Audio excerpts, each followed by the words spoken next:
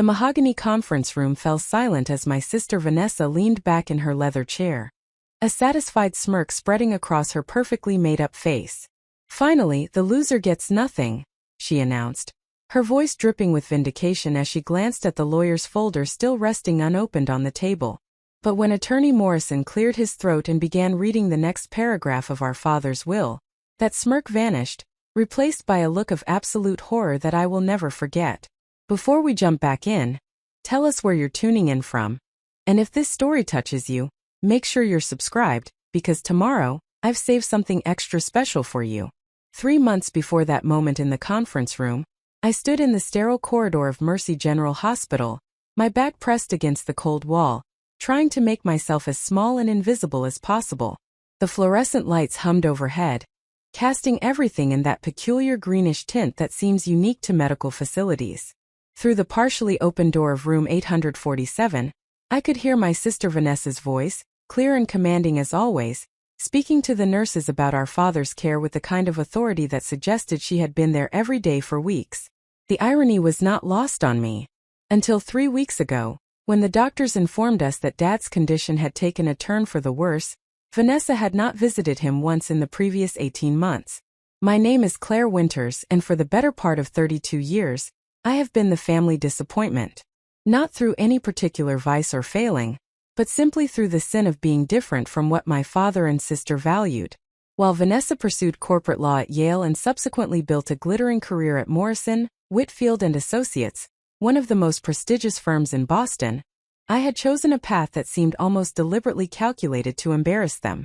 After obtaining a degree in social work from a small state university, I dedicated myself to working at Harbor House, a nonprofit organization that provided support services for homeless youth in the city's roughest neighborhoods. The financial disparity between my sister and me was not merely significant but almost comically vast. Vanessa lived in a penthouse apartment in the renovated waterfront district, drove a Mercedes that cost more than I earned in 3 years, and wore designer suits that could have funded Harbor House's meal program for a month.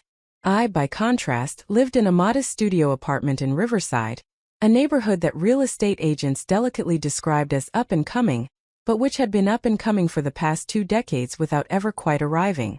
My 12-year-old Honda Civic had more rust than paint at this point, and my wardrobe consisted primarily of practical clothing purchased from discount retailers. Our father, Richard Winters, had built his fortune in commercial real estate development, transforming derelict properties throughout New England into profitable ventures. He was a man who understood value in concrete, quantifiable terms. Square footage, location, return on investment, market positioning, these were the metrics by which he measured worth. My choice to pursue a career in social services had baffled him completely. At family dinners, which became increasingly infrequent over the years, he would ask me when I planned to do something serious with my life, as if dedicating oneself to helping vulnerable teenagers was merely an extended hobby rather than meaningful work. Vanessa, naturally, was everything he had hoped for in a child. Ambitious, financially successful, moving in circles that included judges, politicians, and corporate executives. She spoke his language fluently, discussing property values and development opportunities with the same ease that I discussed trauma-informed care approaches and housing-first initiatives. At family gatherings, they would retreat to his study after dinner, reviewing investment portfolios and discussing business strategies while I helped our stepmother Elena clear dishes and make small talk about nothing in particular. Elena had entered our lives when I was 14 and Vanessa was 17, 3 years after our mother's death from breast cancer. Where our mother had been warm and emotionally present, Elena was polished and socially adept, the perfect complement to our father's business image. She never tried to replace our mother, which I appreciated, but neither did she ever seem particularly invested in developing a relationship with either Vanessa or me. She occupied the role of our father's wife with the same professional competence she brought to chairing charity galas and organizing social events, pleasant and appropriate but ultimately distant. Standing in that hospital corridor, I thought about all the decisions that had led to this moment. After our father's initial stroke 2 years prior, I had been the one who reorganized my life to provide support. My apartment was only 20 minutes from his house in Brookline, while Vanessa lived on the opposite side of the city and claimed her demanding work schedule made regular visits impossible. I had been the one doing his grocery shopping, managing his medications, driving him to physical therapy appointments 3 times per week, and simply sitting with him in the evenings when the loneliness of his condition became too heavy to bear alone.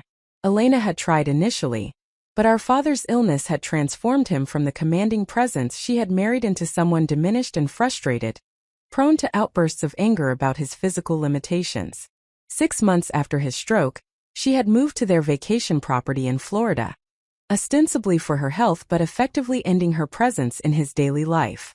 She would call periodically, inquire about his condition with polite concern, but she never returned to Boston except for brief, awkward visits that seemed to exhaust everyone involved.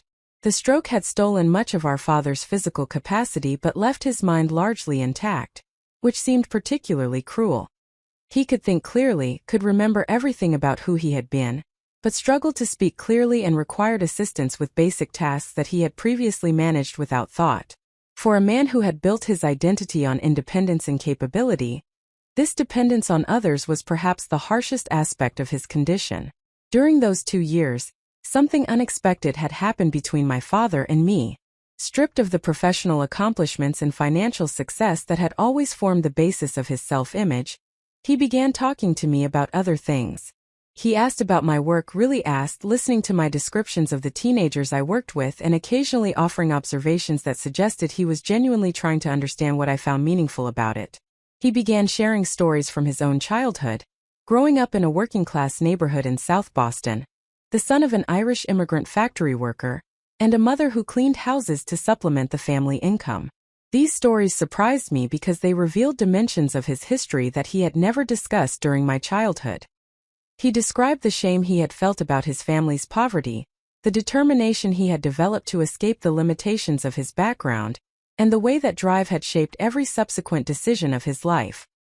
He talked about my mother, not in the sanitized, reverential way he had always mentioned her before, but honestly, acknowledging both the love he had felt for her and his failures in their marriage. He admitted that he had been too focused on building his business, too absent during crucial years, too uncomfortable with emotional expression to tell her what she meant to him before cancer stole the opportunity. These conversations happened in fragments, limited by his difficulty speaking and his physical exhaustion, but over months they accumulated into something that felt like genuine connection. I began to see him not simply as the demanding, critical father who had always found me lacking, but as a complicated person shaped by his own wounds and limitations, someone who had tried to build a life according to the values he understood without recognizing that other forms of success and meaning existed beyond his narrow framework. One evening, about 6 months before that moment in the hospital corridor, I had arrived at his house to find him sitting in his wheelchair by the window, looking out at the carefully maintained garden that he could no longer tend himself. The late afternoon light cast everything in golden tones, and there was something about his posture, the set of his shoulders, that suggested profound sadness rather than the frustration that usually characterized his mood. I had sat down nearby without speaking, and we remained in silence for several minutes before he turned to me. His speech was halting, the words requiring visible effort, but he managed to say something that I had never expected to hear from him. He told me that he had been wrong about many things, that he had measured value by the wrong metrics, and that he wished he had understood sooner that there were different ways of making a meaningful contribution to the world.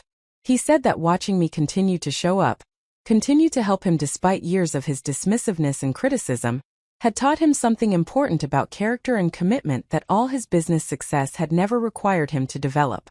I had not known what to say to that, so I had simply reached over and taken his hand, and we sat together in that fading light without speaking further. It was not a dramatic moment of reconciliation, not a scene that would work in a film where conflicts resolve cleanly through single conversations. But it was real, and it mattered, and it represented a shift in our relationship that gave me something I had not realized I was still hoping for after all these years. Vanessa knew none of this. She had not been there for the small, ordinary moments that had accumulated into something meaningful.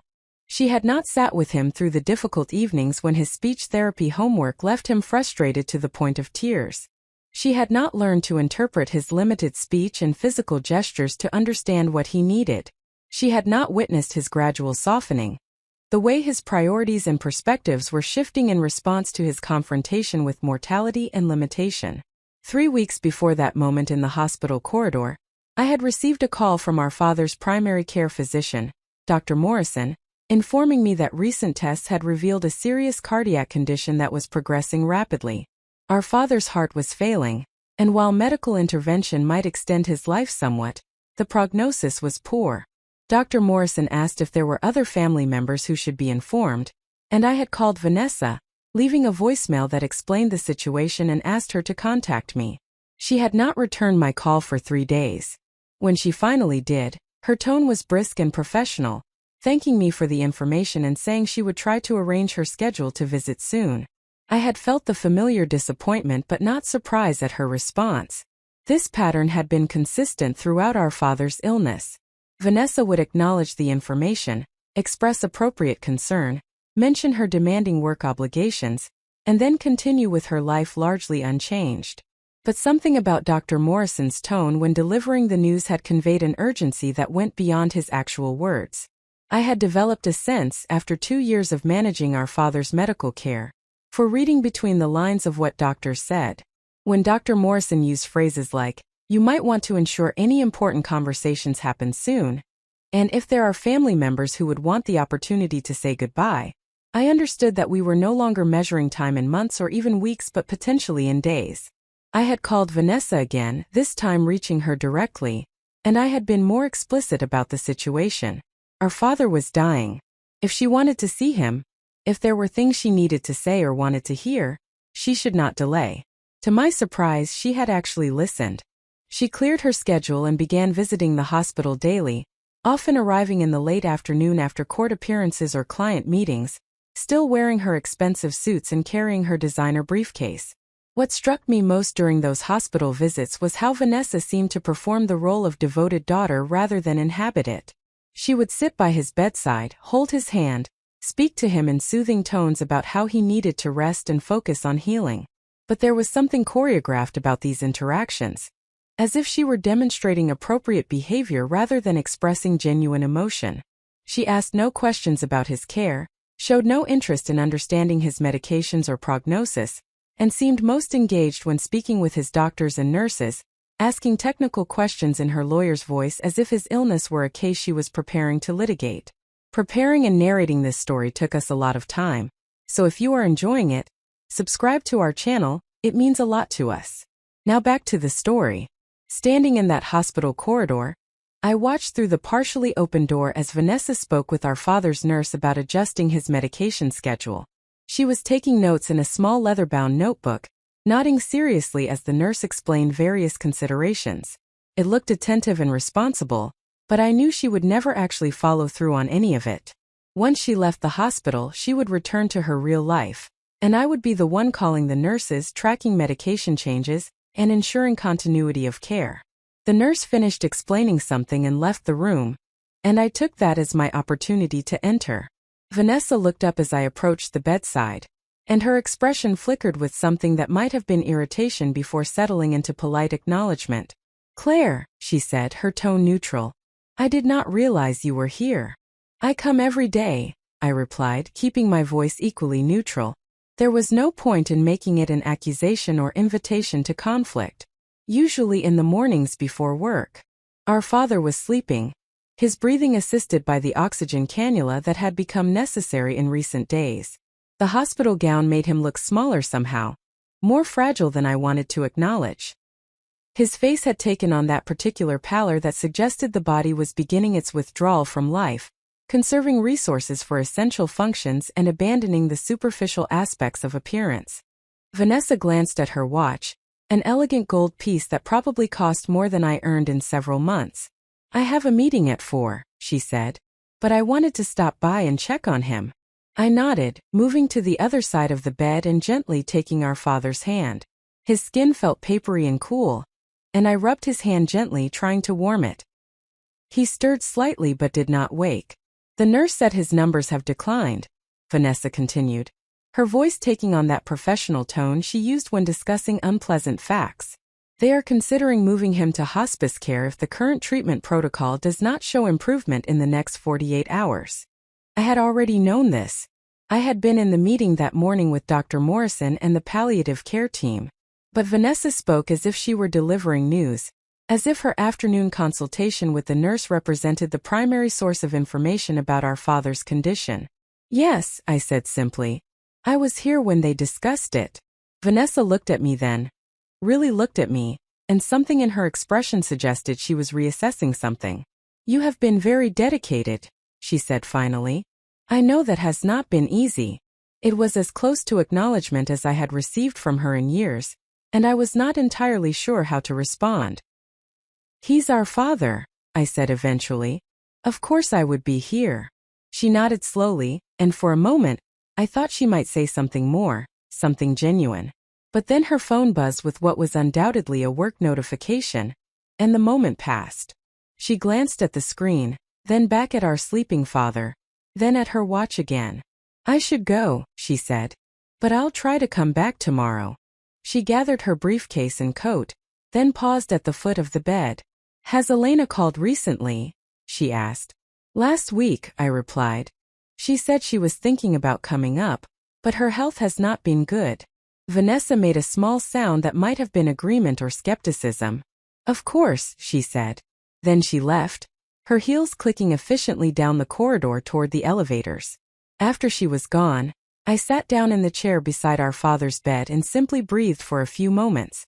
The quiet of the room felt almost profound after Vanessa's departure, as if the space itself were relaxing. I watched the gentle rise and fall of our father's chest, the periodic beep of the monitors tracking his vital signs, and I found myself thinking about all the years that had led to this moment. I thought about being 12 years old and overhearing our father tell someone on the phone that he had hoped for a son but had gotten 2 daughters instead, and at least one of them showed some promise. I thought about graduating from college and watching his face when I told him about my job offer from Harbor House. The way his expression had shifted from expectation to disappointment in the space of a single breath. I thought about countless family dinners where Vanessa's accomplishments were celebrated, while my work was dismissed with vague pleasantries before the conversation moved to more interesting topics. But I also thought about the past 2 years, about the gradual transformation that had occurred between us. I thought about the afternoon he had told me I reminded him of his own mother, who had worked tirelessly at jobs that paid poorly but mattered deeply to the people she served. He had said it was a compliment, something he had not understood how to articulate earlier in his life. I thought about the evening he had squeezed my hand and said, with great difficulty, that he was proud of me, that the work I did was important even if he had been too narrow-minded to recognize it before. These memories coexisted uncomfortably with the earlier ones, creating a complex portrait of a flawed person who had caused real harm but who had also, in his final years, attempted something like growth. I was not sure what to do with this complexity, how to hold both the pain of childhood dismissal and the unexpected gift of late recognition simultaneously. Our father died 4 days later, in the early morning hours of a Tuesday in late September. I had been at the hospital, having spent the night in the chair beside his bed after the nurses called to say his condition was deteriorating rapidly. Vanessa had been notified but said she would come in the morning after a crucial court appearance. Elena had been contacted but was unable to travel due to her own health issues. So I had been alone with him when his breathing changed, becoming more labored and irregular. I had held his hand and spoken quietly, telling him that it was all right to let go, that he had fought hard enough and long enough. I told him I forgave him for the years of feeling invisible and inadequate, and I thanked him for the unexpected gift of genuine connection in his final months.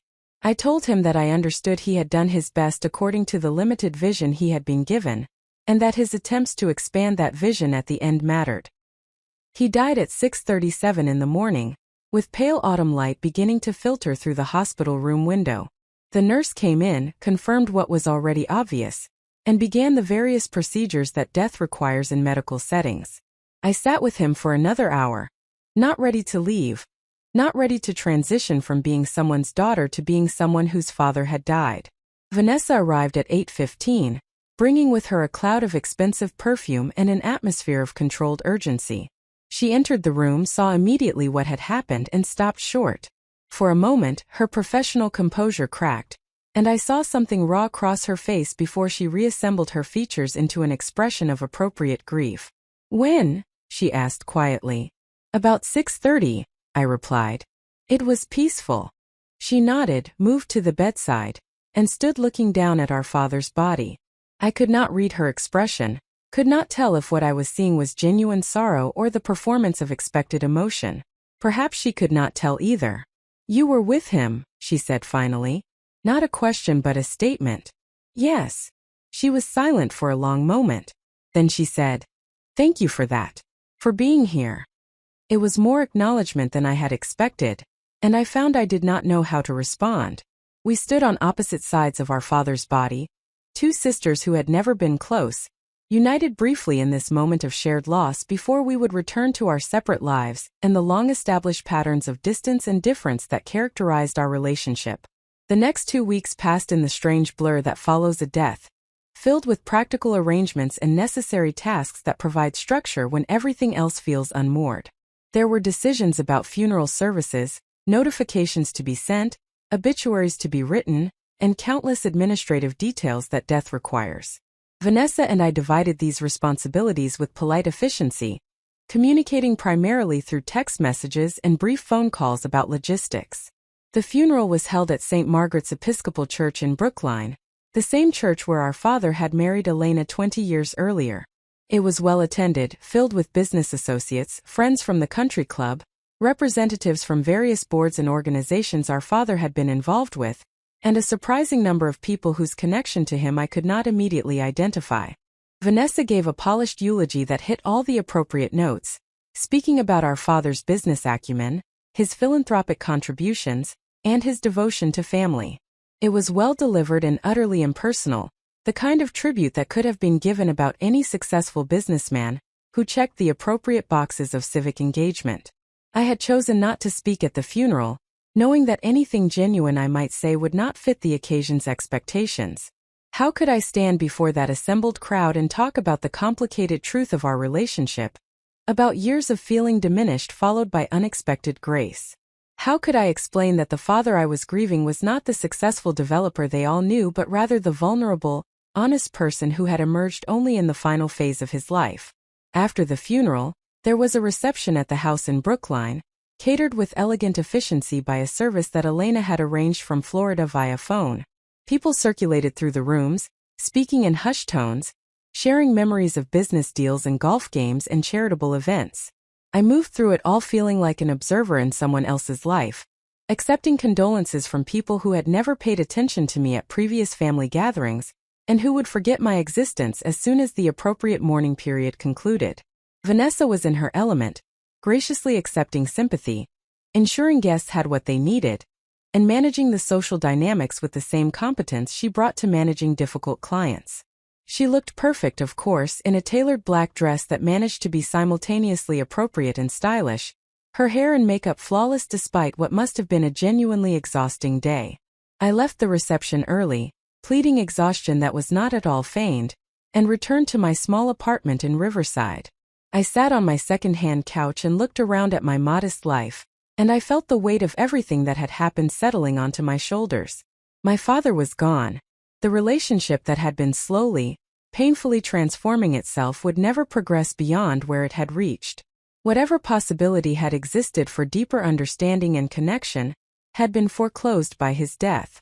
10 days after the funeral, I received a formal letter from Morrison, Whitfield and Associates, the same firm where Vanessa worked, informing me that I was requested to attend the reading of our father's will. The appointment was scheduled for 2 o'clock on a Thursday afternoon, and the letter requested that I confirm my attendance and arrive punctually. I sat with that letter for a long time, feeling an uncomfortable mixture of emotions that I could not entirely untangle. I had not expected to be included in any inheritance, had never considered our father's estate as something that would impact my life. Vanessa was the successful one, the child who had fulfilled his ambitions and moved in his world. Whatever he had accumulated would naturally go to her, perhaps with some bequest to Elena and possibly some charitable donations to organizations he had supported. The thought of sitting in a conference room at Vanessa's firm while her colleagues formalized what I already knew, that even in death, my sister would receive the lion's share of our father's recognition and resources, felt almost unbearably painful.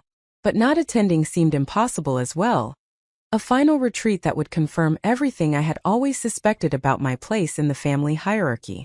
So on that Thursday afternoon, I found myself walking through the gleaming lobby of Morrison, Whitfield and Associates, feeling profoundly out of place in my sensible work clothes surrounded by the marble and brass that signaled serious money and serious power. The receptionist, a young woman with perfect hair and a perfect smile, directed me to the elevators and informed me that the meeting would be held in Conference Room C on the 14th floor. When the elevator doors opened, I found myself in a hushed corridor lined with expensive artwork and doors bearing the names of senior partners. I followed the signs to Conference Room C and paused outside, gathering myself before entering. Through the glass wall that faced the corridor, I could see Vanessa already seated at the large conference table, reviewing something on her phone with focused attention. She looked completely comfortable in this environment, as if conference rooms in prestigious law firms were her natural habitat, which of course they were. Also present was a man I did not recognize, late 50s, with silver hair and an expensive suit, sitting at the head of the table with several folders arranged before him. This must be Attorney Morrison, I assumed, though I had never met him despite the fact that he shared a name with our father's former physician. Behind him, floor-to-ceiling windows offered a panoramic view of Boston. The city spread out below us like a map of power and possibility. I entered the room, and Vanessa looked up from her phone. "Claire," she said, with that same neutral tone she had used at the hospital. "You are here." "Yes," I replied, taking a seat across from her at the table.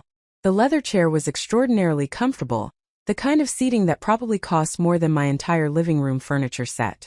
I set my bag on the floor and folded my hands on the table, trying to appear calmer than I felt. Attorney Morrison looked up from his folders and offered me a professional smile. "Ms. Winters, thank you for coming. I am James Morrison, senior partner here, and your father's personal attorney for the past 15 years. I appreciate you taking time from your schedule to be here today." "Of course," I said quietly. He glanced at his watch, then at the door. "We are expecting one more participant. Mrs. Elena Winters should be joining us via video conference from Florida. Let me see if we have her connected." He pressed some buttons on a control panel built into the conference table, and a large screen on the wall flickered to life, revealing Elena's face. She was sitting in what appeared to be a sunroom, bright Florida light behind her, wearing a pale blue blouse and simple jewelry. She looked tired but composed, and she nodded to us in greeting. "Thank you all for gathering," Attorney Morrison began, opening the top folder.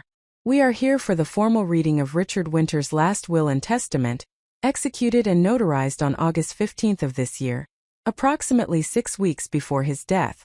This document supersedes all previous versions of his will and represents his final wishes regarding the distribution of his estate." He paused, and something about that pause made me pay closer attention. There was a quality to it that suggested what was coming would be significant. "Before I begin with the specific bequests," Morrison continued, "Mr. Winters requested that I read a brief letter he composed to accompany the will. This letter is not legally binding but represents his thoughts and explanations for his decisions."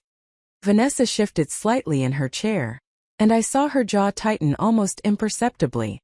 She was impatient, ready for this formal ritual to conclude so she could move on with her day. On the screen, Elena remained motionless, her expression unreadable.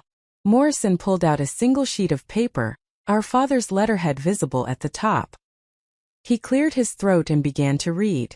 The letter started with formal acknowledgments, thanking Morrison for his years of service, and asking that we all listen carefully to what would follow. Then our father's voice, channeled through Morrison's professional reading, began to speak about the life he had built, the values he had held, and the way that illness and time had caused him to reconsider much of what he had believed to be important. He wrote about building his business, about the satisfaction he had taken in transforming properties and creating value, but also about the way that focus had blinded him to other forms of worth and contribution. He wrote about his marriage to our mother, acknowledging that he had not been the husband she deserved. He wrote about Elena, expressing gratitude for the years they had shared, but also acknowledging that their relationship had been based more on compatibility and social partnership than on deep emotional connection. Then he wrote about his daughters, and I felt my hands tighten in my lap. He addressed Vanessa first, acknowledging her professional success, her intelligence, her drive. But he also wrote about his growing awareness that their relationship had been transactional, built on shared values of achievement and status, but lacking in genuine emotional intimacy. He wrote that he had come to understand that the daughter who reflected his own priorities and worldview was not necessarily the daughter who had shown him what truly mattered. And then he wrote about me, and I felt tears beginning to well up despite my efforts to remain composed. He wrote about the years I had spent in work he did not value, pursuing goals he did not understand, and his gradual realization that I had been demonstrating a form of commitment and character that his narrow definition of success had prevented him from recognizing. He wrote about the past 2 years, about the gift of my constant presence during his illness, about conversations that had forced him to reconsider what made a life meaningful. He wrote that I had taught him, in the final portion of his life, about grace and forgiveness and the kind of strength that does not announce itself through obvious achievements but manifests in daily, unglamorous persistence. When Morrison finished reading the letter, the room was silent except for the faint hum of the ventilation system. I was crying, tears running down my face that I made no effort to hide. Across the table, Vanessa sat frozen, her expression unreadable. On the screen, Elena was looking down, her hands clasped in her lap. Morrison gave us a moment, then continued with the formal reading of the will's provisions. Elena would receive the house in Florida outright, along with a trust fund that would provide her with comfortable income for the remainder of her life. There were various charitable bequests to organizations our father had supported. And then Morrison reached the portion addressing distribution of the primary estate. That was when Vanessa leaned back in her chair and said it. Finally, the loser gets nothing. Her voice was not loud, but in the quiet room it seemed to echo. She was looking directly at me, and the expression on her face was pure vindication, as if this moment confirmed everything she had always believed about our respective worth and our father's real assessment of us despite the pretty words in his letter. But Attorney Morrison cleared his throat, the sound somehow containing both disapproval and something that might have been satisfaction, and he said, "Actually, Ms. Vanessa Winters, that is not what the will states. If you will allow me to continue." Vanessa's expression froze, and I watched as confusion replaced confidence. Morrison looked down at the document before him and began to read the specific bequests. To Vanessa, our father left his collection of first edition books, some jewelry that had belonged to our mother, and a cash bequest of $250,000. It was not insignificant, but it was also clearly not the bulk of the estate. And then Morrison turned to me. To Claire Winters, the will stated, he left the entirety of his primary residence in Brookline, all remaining liquid assets, and controlling interest in Winter Properties Holdings, the company he had built over 4 decades. The estimated value of this inheritance, Morrison explained, was approximately $12 million. The conference room fell absolutely silent. I sat staring at Attorney Morrison, unable to process what I had just heard. Across the table, Vanessa had gone pale, her mouth slightly open in shock. On the screen, even Elena looked surprised, though she recovered quickly into an expression of polite neutrality. "There must be some mistake," Vanessa said finally, her voice sharp. "That cannot be right." Morrison looked at her with professional patience. "There is no mistake, Ms. Winters. The will is very clear, properly executed, and represents your father's final wishes. He was of sound mind when this document was prepared, and I can assure you that he understood completely what he was doing." Vanessa turned to look at me, and the expression on her face was one I had never seen before. It was a mixture of shock, rage, disbelief, and something that might have been genuine hurt beneath the anger. "You," she said, her voice low and dangerous. "You did this. You manipulated him while he was sick and vulnerable."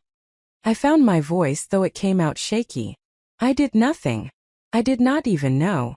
You were there constantly working on him, playing the devoted daughter while I was actually building something with my life," Vanessa continued, her professional composure completely shattered now. "This is a fraud. I will contest this will. You will not get away with this." Morrison interjected, his tone firm. "Miss Vanessa Winters, I would advise against that course of action. Your father anticipated the possibility of a contest, which is why he was particularly careful in the execution of this document. He underwent a complete capacity evaluation with an independent physician. Every conversation we had regarding these decisions was documented and recorded. If you choose to contest, you will lose, and the legal fees will only diminish your own inheritance." Vanessa stood abruptly, her chair scraping against the floor. She grabbed her bag and turned toward the door, then paused and looked back at me. "You have always been pathetic," she said, her voice shaking with fury. "And now you are a pathetic thief." She walked out, and the door closed behind her with a decisive click. I sat in my chair, my whole body trembling, tears still wet on my face but now mixed with shock and a bewildering swirl of other emotions I could not begin to name. On the screen, Elena spoke for the first time. "Claire," she said gently, "your father thought carefully about this. He spoke with me about his decisions, asked if I would feel slighted. I told him then what I am telling you now: you earned this. Not through manipulation but through simple human decency. You showed up. That is worth more than Vanessa will ever understand." Then she offered a small smile and a nod, and Morrison ended the video conference, leaving just the two of us in the conference room. "I know this is overwhelming," Morrison said after a moment. "Take whatever time you need. When you are ready, we will discuss the practical details of administering the estate. There is no rush." I nodded but could not form words. My mind was spinning, trying to reconcile what had just happened with everything I had believed about my place in the family, about my worth, about the fundamental fairness of a world where I had always been the disappointment. How could this be real? How could my father, who had spent most of my life making me feel invisible, have done something so radical as to entrust me with the entirety of his legacy? As I sat in that conference room, looking out at the Boston skyline spread below me, I could not have imagined what the next months would bring. I could not have known that Vanessa would indeed attempt to contest the will despite Morrison's warning, triggering a family conflict that would play out in both legal proceedings and bitter personal confrontations. I could not have predicted how the burden of sudden wealth would complicate my life, how my work at Harbor House would be transformed by having resources available, or how the weight of my father's unexpected faith in me would become both gift and obligation. All I knew in that moment was that something fundamental had shifted, that the story I had been telling myself about who I was and where I belonged had just been rewritten by a father who, in the final accounting, had chosen to measure worth by metrics I had never expected him to value. The morning after the will reading, I woke in my studio apartment to discover that reality had not rearranged itself overnight to make sense of what had happened. The pale November sunlight filtering through my thin curtains illuminated the same cramped space, the same second-hand furniture, the same stack of case files from Harbor House sitting on my kitchen table. Everything looked exactly as it had the day before, yet everything had fundamentally changed. I lay in bed for several minutes, staring at the water-stained ceiling and trying to comprehend what it meant to have inherited $12 million. The number itself felt abstract, disconnected from any concrete reality I could imagine. I had spent my entire adult life operating within narrow financial constraints, calculating whether I could afford to replace my worn-out winter coat or whether it would last another season, choosing between purchasing groceries or putting gas in my car when money ran short before the end of the month. The idea of wealth on the scale I had just inherited belonged to a completely different category of existence, one I had observed from a distance but never imagined inhabiting myself. My phone had been buzzing periodically throughout the night with incoming messages that I had ignored, too overwhelmed to face whatever they contained. Now, with reluctant determination, I reached for it and began scrolling through the notifications. There were 3 voicemails from Vanessa, each progressively more hostile in tone. The first demanded that I call her immediately to discuss what she termed this ridiculous situation. The second accused me of elder abuse and financial manipulation, threatening legal action that would expose my true character to everyone. The third was simply a long string of accusations delivered in a voice tight with barely controlled fury, culminating in her assertion that I had destroyed our family, and that she would dedicate whatever resources necessary to overturning our father's will. There were also several text messages from Elena, far more measured in tone. She asked how I was processing the news, offered to speak with me if I needed someone to talk through the situation, and mentioned that she had anticipated Vanessa's reaction, and wanted me to know that I should not let my sister's anger undermine my confidence in accepting what our father had chosen to give me. Her messages surprised me with their warmth and their implicit taking of sides in what was clearly becoming a significant family conflict. Additionally, there were messages from Attorney Morrison's office, requesting that I schedule a meeting to begin discussing the practical administration of the estate. There were forms to be signed, accounts to be transferred, properties to be assessed, and countless administrative details that would need to be addressed in the coming weeks and months. The messages were professional and patient, acknowledging that I would need time to process the situation before diving into logistics, but also gently indicating that certain matters required relatively prompt attention. I forced myself out of bed and went through the motions of my morning routine, showering in my cramped bathroom and dressing in my usual work clothes. It was Friday, and I had committed to being at Harbor House for our weekly team meeting, followed by afternoon sessions with several of the teenagers I had been working with for months. The predictable structure of my job felt like an anchor, something familiar and comprehensible in a suddenly incomprehensible world. Harbor House occupied a converted warehouse in one of the city's most economically depressed neighborhoods, an area where abandoned buildings outnumbered functioning businesses, and where the teenagers we served faced challenges that most people in comfortable circumstances struggled to imagine. Our organization provided a range of services including emergency shelter, meal programs, educational support, job training, mental health counseling, and assistance navigating the various systems that often failed vulnerable young people. We operated on a perpetually inadequate budget, cobbled together from grants, private donations, and government funding that never seemed to arrive when needed and was always threatened by the next round of budget cuts. I had been working at Harbor House for 8 years, having started as a case manager immediately after completing my social work degree, and gradually taking on increasing responsibility as staff members burned out and left for positions that paid living wages. My current role was Director of Youth Services, which meant I supervised a small team of case managers and counselors, while also maintaining a reduced direct caseload of teenagers with particularly complex needs. The work was exhausting and frequently heartbreaking, filled with small victories that barely registered against the systemic failures that continued producing vulnerable young people faster than we could possibly help them. When I arrived at Harbor House that morning, I found my colleague Marcus already in our shared office space, reviewing intake files at his cluttered desk. Marcus was a few years older than me, a former teacher who had transitioned into social work after becoming frustrated with the limitations of what he could accomplish within the traditional educational system. He looked up when I entered and immediately registered that something was wrong. "You look like you got hit by a truck," he observed with characteristic directness. "What happened?" I set my bag down and collapsed into my desk chair, suddenly exhausted despite having just arrived. "My father's will was read yesterday," I said. It was not what anyone expected. Marcus waited, understanding that I would continue when ready. This was one of the things I valued most about him as a colleague and friend. He did not push or pry, but he made space for people to share what they needed to share when they were ready. "He left me almost everything," I said finally. "The house, the business, most of the money. My sister got a fraction of what I received. She is absolutely furious and threatening to contest the will." Marcus was silent for a moment, processing this information. "How much are we talking about?" he asked carefully. "Around $12 million, I replied, and saying the number out loud made it feel simultaneously more real and more absurd. Marcus let out a low whistle. "That is life-changing money," he said. "How are you feeling about it?" It was such a simple question, but I found I had no simple answer. How was I feeling? Shocked certainly, but also confused, guilty, undeserving, angry at my father for creating this situation, grateful for his unexpected recognition, terrified of what Vanessa might do, and overwhelmed by the weight of suddenly having resources that could actually make a difference in the work I cared about.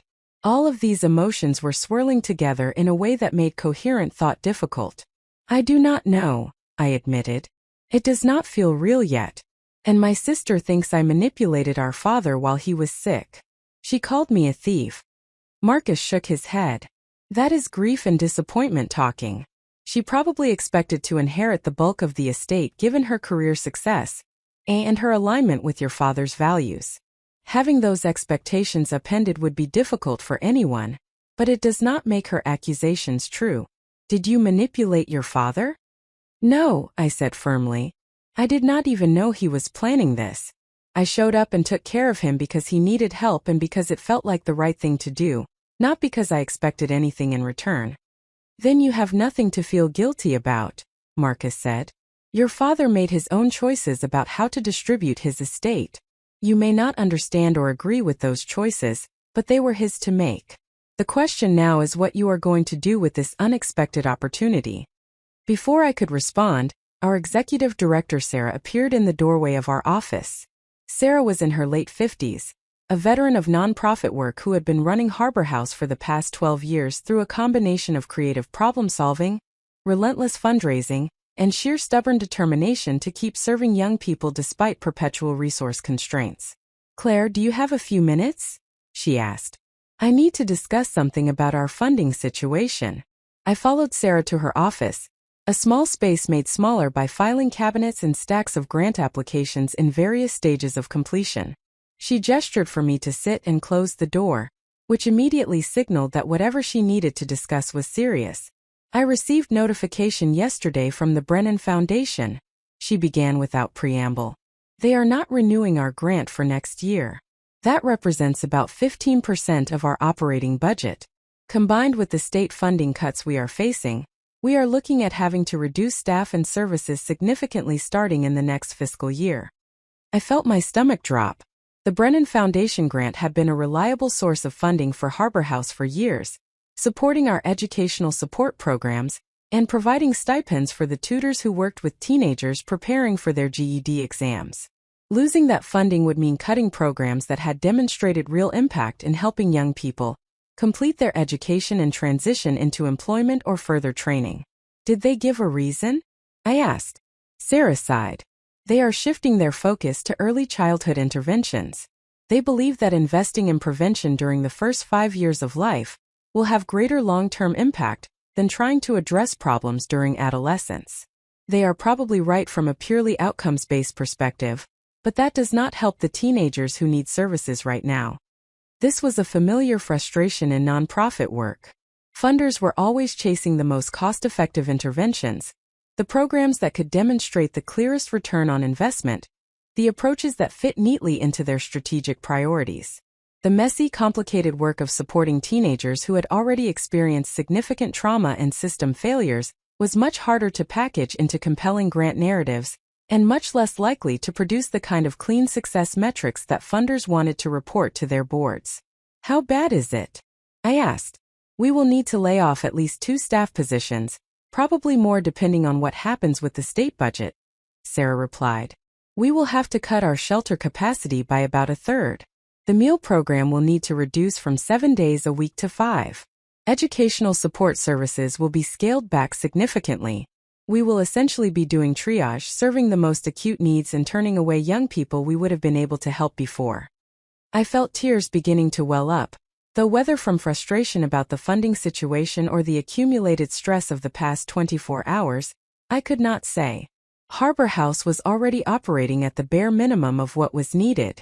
Every service we provided was essential. Every staff member was stretched beyond reasonable limits. The idea of cutting further while need continued to increase felt almost unbearable. "When do we need to start implementing these changes?" I asked. "We have until the end of the current fiscal year, so about 4 months, Sarah said. "I am going to spend that time pursuing every possible alternative funding source, but I wanted you to know the reality we are facing, so you can begin thinking about how to manage the transition with your team and your clients." I nodded, though I barely trusted myself to speak. Sarah looked at me with concern, clearly registering my emotional state even if she could not know its full context. "Are you all right?" she asked. "You seem particularly stressed today, even given this news." I hesitated, unsure whether to share what had happened. My personal financial situation had no bearing on Harbor House's funding challenges, and I was not yet ready to process what my inheritance might mean for my ability to contribute to the organization. But Sarah had always been supportive and straightforward with me, and holding back felt dishonest. "My father died a few weeks ago," I said. "The will was read yesterday. It was complicated." Sarah's expression softened with sympathy. "I am sorry for your loss.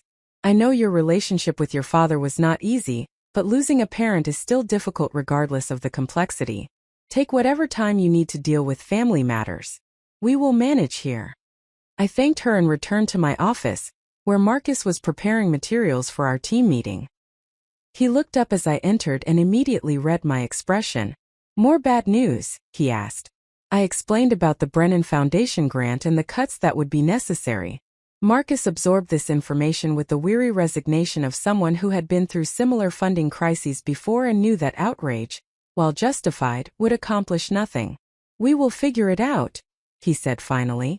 We always do. It will be harder and we will serve fewer people and it will break our hearts, but we will keep going because the alternative is unacceptable. His words were meant to be reassuring, but they only emphasized the grinding reality of working in underfunded social services. We would indeed keep going, we would continue doing the best we could with insufficient resources, and young people would continue falling through gaps that adequate funding could close. This had been the reality of my entire career, and I had accepted it as the price of doing work I believed mattered. But now, sitting in that cramped office with the knowledge of my inheritance burning in the back of my mind, I found myself thinking thoughts I had never allowed myself to consider before. What if there was another way? What if I did not have to accept chronic underfunding as an immutable fact? What if I actually had resources that could make a real difference? The thought was intoxicating and terrifying in equal measure. I had no idea how to manage wealth on the scale I had inherited. I had no experience with philanthropy beyond writing small checks to organizations I supported when I could spare $20 or $30 from my paycheck. The idea of becoming a major donor, of having the capacity to fund programs and services at a meaningful scale, belonged to a world I had always observed from the outside. Our team meeting proceeded with its usual mix of case consultations, resource sharing, and collective problem solving. We discussed several teenagers facing particularly difficult situations, brainstormed approaches for engaging a new client who was resistant to services, and coordinated schedules to ensure adequate coverage during the upcoming holiday period, when many part-time staff would be unavailable. The work was familiar and grounding, and for a few hours I was able to focus on the immediate needs of specific young people, rather than the larger questions swirling in my mind. After the meeting, I had sessions scheduled with 3 teenagers from my caseload. The first was Jasmine, a 16-year-old who had aged out of foster care after her last placement had disrupted due to conflicts with her foster mother. Jasmine was smart and determined but struggled with anger management, and had difficulty trusting adults after years of unstable placements and broken promises. We had been working together for 6 months, and she was making slow progress toward her GED while working part-time at a fast food restaurant and living in our emergency shelter. When Jasmine arrived for her appointment, she immediately noticed that something was off with me. Teenagers who have survived trauma and instability often develop finely tuned abilities to read adult emotional states as a survival mechanism, and Jasmine was particularly perceptive. "What is wrong with you?" she asked bluntly, dropping into the chair across from my desk. "You look like somebody died." "Actually, my father did die a few weeks ago," I said. There was no point in deflecting with Jasmine. She would see through any attempt at professional distance and would interpret evasion as dishonesty.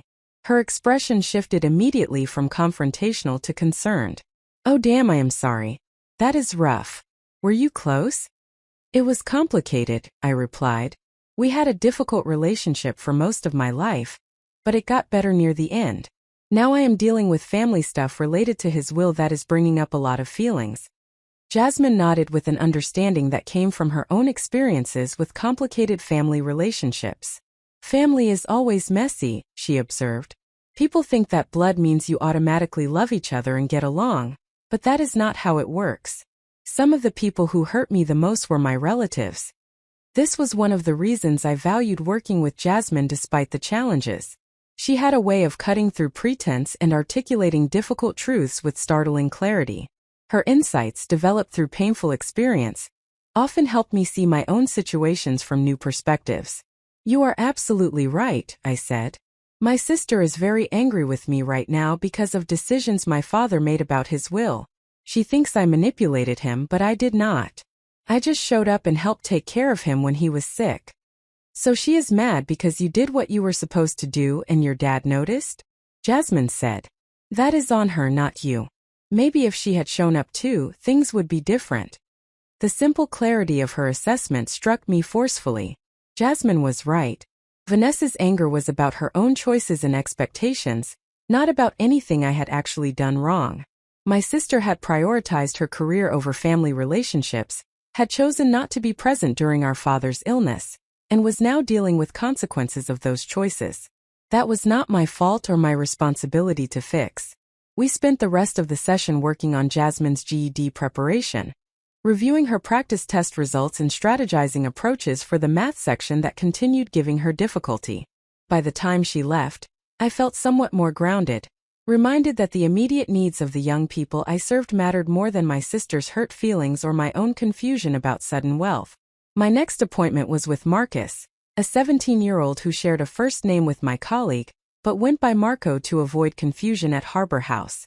Marco had come to us 8 months earlier after experiencing homelessness following his family's eviction from their apartment. His mother worked 2 jobs but still could not afford housing in Boston's increasingly expensive rental market, and after several months of living in their car and staying with various relatives, the family had fractured under the stress. Marco was trying to finish high school while working to contribute to his mother's attempts to secure stable housing for herself and his 2 younger siblings. Marco arrived looking exhausted, which had become his default state over the past several months. We talked about his classes, his work schedule, and his family situation. His mother had applied for subsidized housing, but remained on a waiting list with an estimated 18-month wait time. In the meantime, she was staying with her sister in a crowded 2-bedroom apartment while Marco remained in our shelter, and his younger siblings were temporarily staying with their father, who had limited capacity to provide stable care. "I am so tired," Marco said at one point, his voice flat with exhaustion that went beyond physical fatigue. "I am tired of worrying about money every single minute. I am tired of working 30 hours a week and trying to keep up with school. I am tired of watching my mom cry because she cannot take care of us the way she wants to. I am just tired of everything being so hard all the time." I listened to Marco's words and felt my own frustration reaching a breaking point. This young man should be focusing on his education, exploring his interests, preparing for adult life with the support of stable family and community resources. Instead, he was carrying burdens that no teenager should have to carry, dealing with system failures and economic inequities that were not his fault and not his responsibility to solve. And Harbor House, despite our best efforts, could only provide limited support because we operated with perpetually inadequate resources while need continued exceeding our capacity. Something crystallized in my mind in that moment. I had resources now, significant resources that could actually make a difference for young people like Marco and Jasmine. The question was whether I had the courage to use those resources in ways that mattered rather than simply accepting the constraints I had always operated within. After Marco left, I sat alone in my office as the afternoon light faded toward evening. I pulled out my phone and looked at the messages from Attorney Morrison's office requesting meetings to discuss estate administration. I thought about the house in Brookline that I had inherited, the business holdings, the liquid assets that represented more money than I could have earned in multiple lifetimes of social work. I thought about Vanessa's accusations and fury, about the family conflict that accepting this inheritance would perpetuate. I thought about my father's letter, about his acknowledgement that I had taught him something about worth and meaning that his previous value system had obscured. And I thought about Jasmine's insight that Vanessa's anger was about her own choices, and Marco's exhaustion that reflected failures of systems that had adequate resources for some people but not for others, and Sarah's weary acceptance that we would continue doing our best with perpetually insufficient funding while young people continued suffering from gaps we could not close. I opened my email and composed a message to Attorney Morrison's office, requesting a meeting for early the following week to begin discussing estate administration. I did not yet know exactly what I would do with my inheritance, but I knew that I would not let fear of my sister's reaction or my own sense of unworthiness prevent me from accepting what my father had chosen to give me. Whatever happened next, I would face it with the same determination that had sustained me through years of difficult work in challenging circumstances. As I prepared to leave Harbor House that evening, Marcus appeared in the doorway of my office. "Are you going to be okay?" he asked. "Eventually," I replied. "Right now everything feels overwhelming, but I will figure it out." "For what it is worth," Marcus said, "I think your father made the right choice. You are the kind of person who understands that resources exist to serve human needs, not the other way around. That is rare and it is valuable. Whatever you decide to do with your inheritance, I trust that you will use it in ways that actually matter." His words stayed with me as I drove home through the darkening November evening, navigating the familiar route from Harbor House to my apartment in Riverside. I thought about the $12 million that now belonged to me, about the young people I worked with who struggled with challenges that adequate resources could address, about the organization I had dedicated 8 years of my life to serving, and about the complicated legacy my father had left me to navigate. Somewhere in that drive between the warehouse that housed vulnerable teenagers and the modest apartment that had been my home for years, I began to understand that my father's unexpected gift was not just about money or recognition, or even reconciliation. It was about possibility. It was about having the capacity to make choices that could create real change rather than simply managing perpetual scarcity. It was about deciding what kind of person I wanted to be when constraints that had always defined my options were suddenly removed. When I reached my apartment, I found an overnight delivery package waiting at my door. Inside was a thick folder from Morrison's office containing preliminary estate documents, and a note explaining that these materials would help me understand the scope and complexity of what I had inherited. I carried the folder inside, made myself tea, and sat down at my kitchen table to begin reading. The documents detailed property holdings, business assets, investment accounts, and various financial instruments that I barely understood. There were valuation reports, tax implications, management structures, and countless other details that would require expert guidance to navigate properly. But beneath all the complexity, the fundamental reality was clear. I now had resources that could make an extraordinary difference in the world if I chose to use them wisely. As I sat there reading through documents that represented my father's life work, I thought about what he had written in his letter accompanying the will. He had said that I had taught him about grace and forgiveness, about forms of strength that do not announce themselves through obvious achievements. He had entrusted me with his legacy not because I had pursued wealth or status, but precisely because I had chosen different values. The question now was whether I had the wisdom and courage to honor that trust by using these resources in ways that reflected those values. My phone buzzed with another message from Vanessa, this one demanding that I meet with her to discuss what she termed a reasonable resolution to the will situation. I looked at the message for a long moment, then set the phone aside without responding. There would be time to deal with my sister's anger and her threatened legal challenges. Right now, I needed to focus on understanding what I had inherited and beginning to develop a vision for what I might do with it.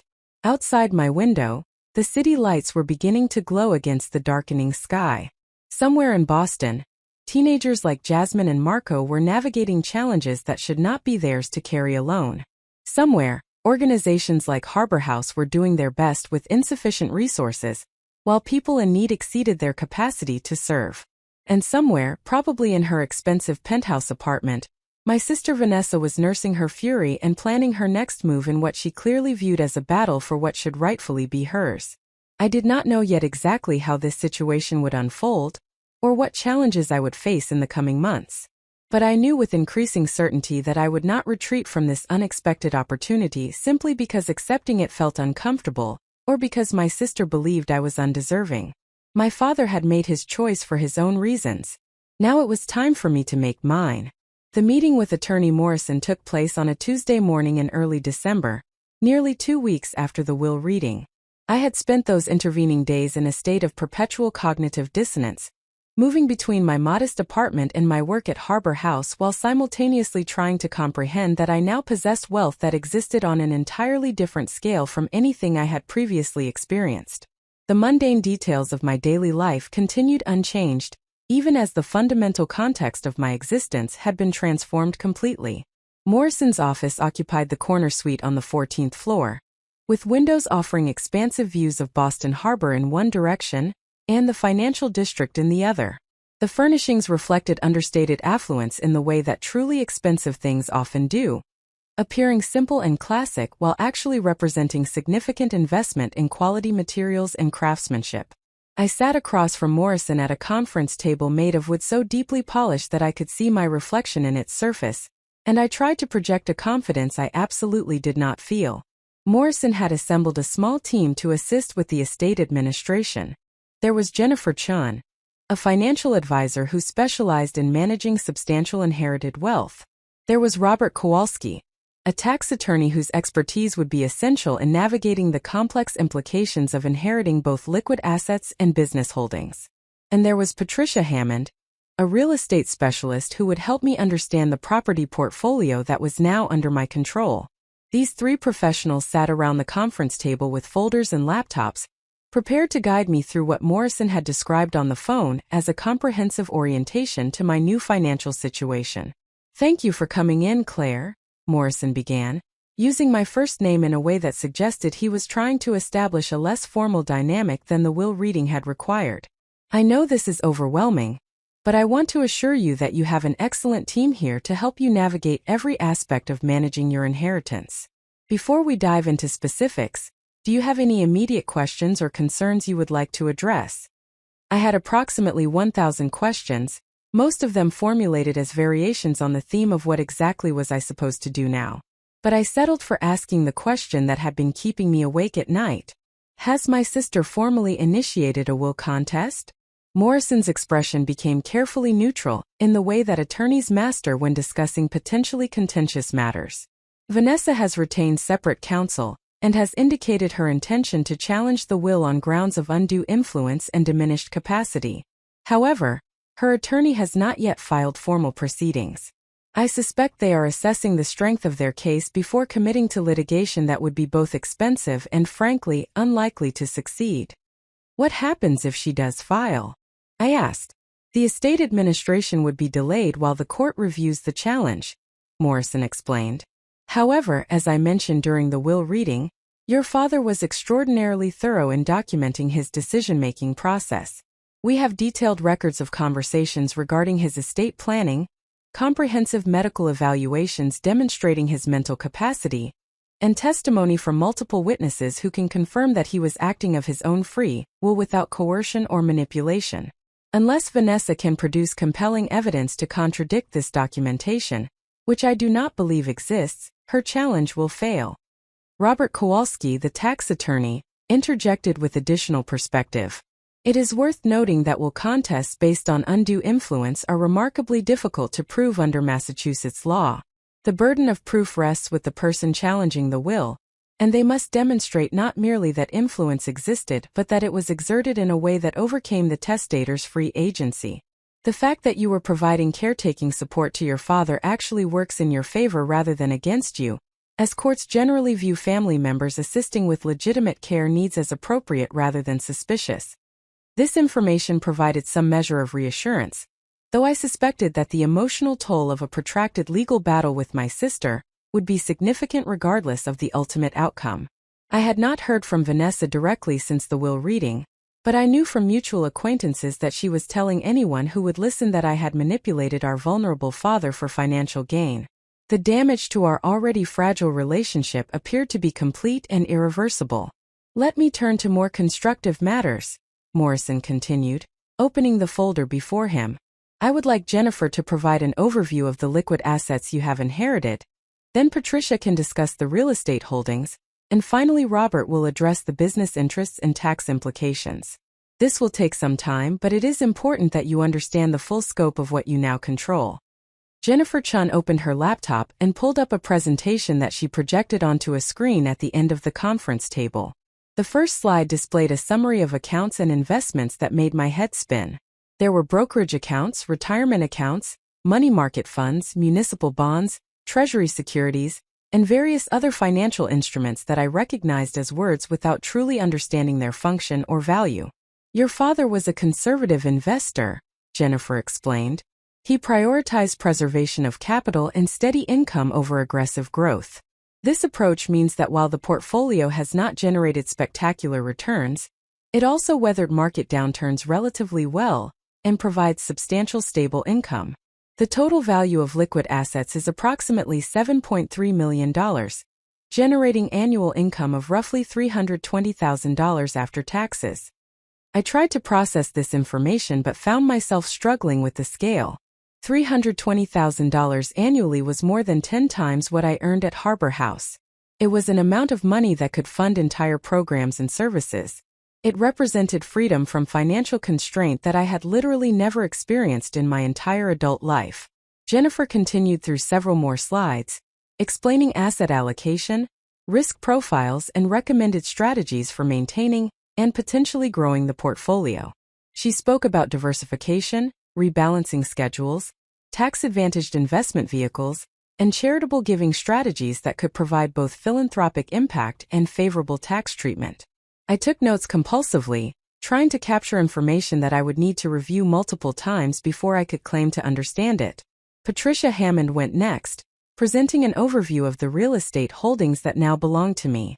The primary asset was the house in Brookline, a substantial property in one of Boston's most desirable neighborhoods. Patricia had prepared a comprehensive market analysis indicating that the house was currently valued at approximately $2.8 million.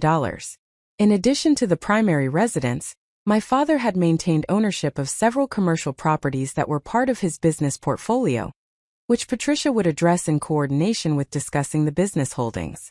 The Brookline property presents several options, Patricia explained. You could choose to live there yourself, which would provide significant upgrade in your living situation.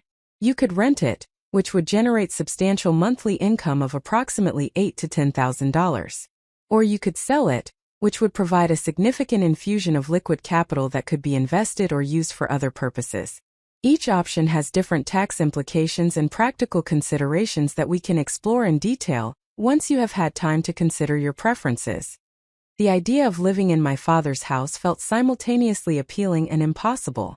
That property represented everything about his life and values that had made me feel inadequate for so many years. Walking through those rooms would mean confronting memories both difficult and, more recently, surprisingly tender. I could not immediately envision making it my home, but neither could I imagine selling it without considerable reflection on what that choice would mean. Robert Kowalski then presented information about Winter Properties Holdings, the business entity that represented my father's commercial real estate development work. This was where the situation became substantially more complex. The company owned or held interests in 12 commercial properties throughout New England, including office buildings, retail centers, and mixed-use developments. The total value of these holdings was estimated at approximately $4.2 million, though that valuation was complicated by mortgages, partnership agreements, and ongoing development projects in various stages of completion. The business represents both an asset and a responsibility, Robert explained.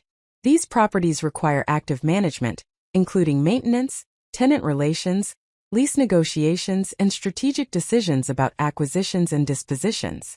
Your father had been working with a management company that handles day-to-day operations, but major decisions have always required owner approval. You now occupy that ownership position, which means you will need to be involved in significant business decisions going forward. The prospect of suddenly being responsible for business decisions involving millions of dollars in commercial real estate was terrifying. I knew absolutely nothing about property management, lease structures, development finance, or any of the countless other domains of expertise that successful real estate development required. My father had spent 4 decades building knowledge and relationships in this industry. I had spent 8 years learning how to support traumatized teenagers in navigating systems that routinely failed them. These were not transferable skill sets. I do not know anything about running a real estate business, I said, hearing the anxiety in my own voice. I do not have the knowledge or experience to make informed decisions about these properties. Morrison leaned forward slightly, his expression reassuring. That is exactly why you have a team of professionals to support you. You do not need to become a real estate expert overnight. You need to understand enough to ask good questions and make informed decisions with guidance from people who do have the requisite expertise. The management company that has been operating these properties is competent and can continue handling operations. You would primarily be involved in strategic decisions and major transactions, and you would have advisors to help you evaluate those situations. Jennifer added her perspective as well. Many people who inherit businesses find themselves in exactly this position. The key is building a team you trust, taking time to learn about the business gradually rather than trying to master everything immediately, and being willing to ask questions without embarrassment. You are intelligent and capable. You will learn what you need to learn. Her confidence in my capacity to rise to this challenge was touching, though I remained uncertain whether it was justified. Still, I recognized that I had 2 basic options: I could retreat from the complexity and responsibility by selling everything and converting the inheritance into purely passive investments that required minimal involvement. Or I could accept the challenge of learning to manage what my father had built, honoring his decision to entrust me with this legacy by taking seriously the responsibility it entailed. Robert then spent considerable time explaining tax implications of the inheritance, which proved to be even more complex than I had anticipated. There were estate taxes to consider, though careful planning on my father's part had minimized that burden. There were income taxes on the earnings from investments and business operations. There were capital gains considerations if I chose to sell properties or substantial portions of the investment portfolio. There were opportunities for tax-advantaged charitable giving that could both support causes I cared about and reduce my overall tax liability. The details were numbing in their complexity, but the essential message was clear. Managing this level of wealth responsibly required sophisticated understanding of tax law and careful planning to avoid unnecessary liabilities. After nearly 3 hours of presentations and discussions, Morrison suggested we take a break. I stood from the conference table feeling mentally exhausted and physically stiff from sitting in one position for an extended period. I walked to the windows and looked out at Boston Harbor, watching ferries moving between the various islands and the downtown waterfront. From this height, the city looked ordered and comprehensible, but I knew that perspective was illusory. Down at street level, the city was as complicated and messy as ever, filled with people navigating their own challenges and pursuing their own versions of meaningful lives. Jennifer approached and stood beside me at the window. "I know this is overwhelming," she said quietly. "Everyone who inherits substantial wealth for the first time experiences some version of what you are feeling right now. It does get easier as you become more familiar with the details and develop confidence in your ability to make sound decisions. I keep thinking about all the ways this money could be used to help people," I admitted. "I work with teenagers who struggle with homelessness and food insecurity and lack of educational opportunity. The annual income from these investments could fund entire programs and services that would make a real difference in their lives. But I also do not want to be irresponsible or squander what my father worked his entire life to build." Jennifer nodded thoughtfully. "Those instincts are exactly what will make you a good steward of this wealth.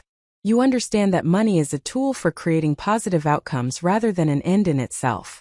That perspective is surprisingly rare, especially among people who have built wealth themselves rather than inheriting it. Your father recognized that quality in you, which is almost certainly why he entrusted you with this legacy." When we reconvened after the break, Morrison shifted the discussion from information presentation to decision-making frameworks. "You do not need to make final decisions about everything today," he said, "but we do need to establish some basic parameters for how you want to proceed. First, let me ask directly about your living situation. Do you want to move into the Brookline house? Or would you prefer to maintain your current residence while we explore other options for the property?" I had been thinking about this question throughout the presentations, and I had reached a tentative conclusion. "I am not ready to move into my father's house," I said. "That property holds too many complicated memories, and I need time before I can consider whether making it my home would feel right or would simply be painful. But I also do not want to rush into selling it. Could we maintain it for now while I take time to process the situation?" "Absolutely," Patricia confirmed. "The house can be maintained by the same service your father used. The annual cost would be approximately $40,000 including property taxes, insurance, utilities, and maintenance. That represents a relatively small portion of the investment income, so maintaining the house while you decide what you want to do with it is entirely feasible." Morrison moved to the next question. "Regarding the business holdings, you have several options. You could maintain ownership and work with the existing management structure to continue operations. You could sell some or all of the properties and convert them to passive investments. Or you could explore some hybrid approach where you maintain certain holdings while disposing of others. What feels most appropriate given your current situation and priorities?" This was the question I had been grappling with most intensely. Selling the business holdings would simplify my life significantly and convert complicated operational responsibilities into straightforward passive investments. But it would also represent abandoning what my father had built, potentially disappointing the employees and partners who had worked with him for years, and walking away from the challenge of learning to manage something substantial and complex. More than that, I was beginning to recognize that the business holdings represented potential leverage for creating the kind of impact I cared about. Commercial real estate development shapes communities and influences who has access to space and opportunity. If I owned properties and had decision-making authority, I could potentially use that position to advance values that mattered to me. I could prioritize affordable housing components in mixed-use developments. I could lease space to nonprofit organizations at below-market rates. I could implement sustainable building practices and create employment opportunities for people facing barriers to conventional jobs.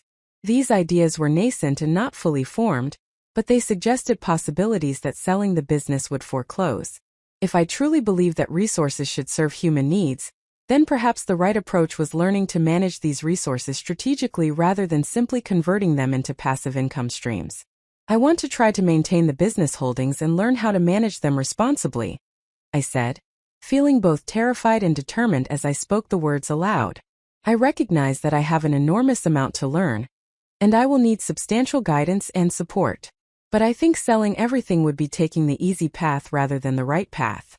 My father entrusted me with this for reasons I am still trying to fully understand, and I want to honor that trust by taking seriously the responsibility of stewardship rather than simply liquidating everything because managing it feels difficult.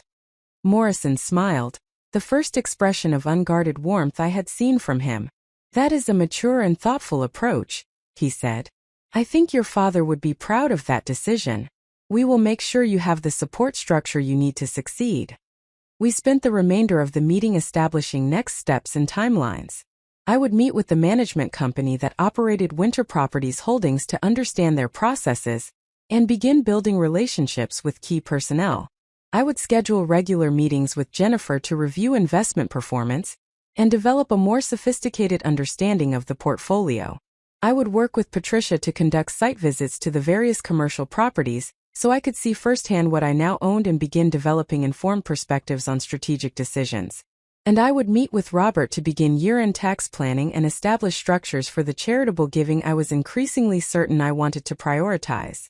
As the meeting concluded and I prepared to leave, Morrison asked to speak with me privately for a few moments. After the others had departed, he gestured for me to sit back down, and his expression became more serious.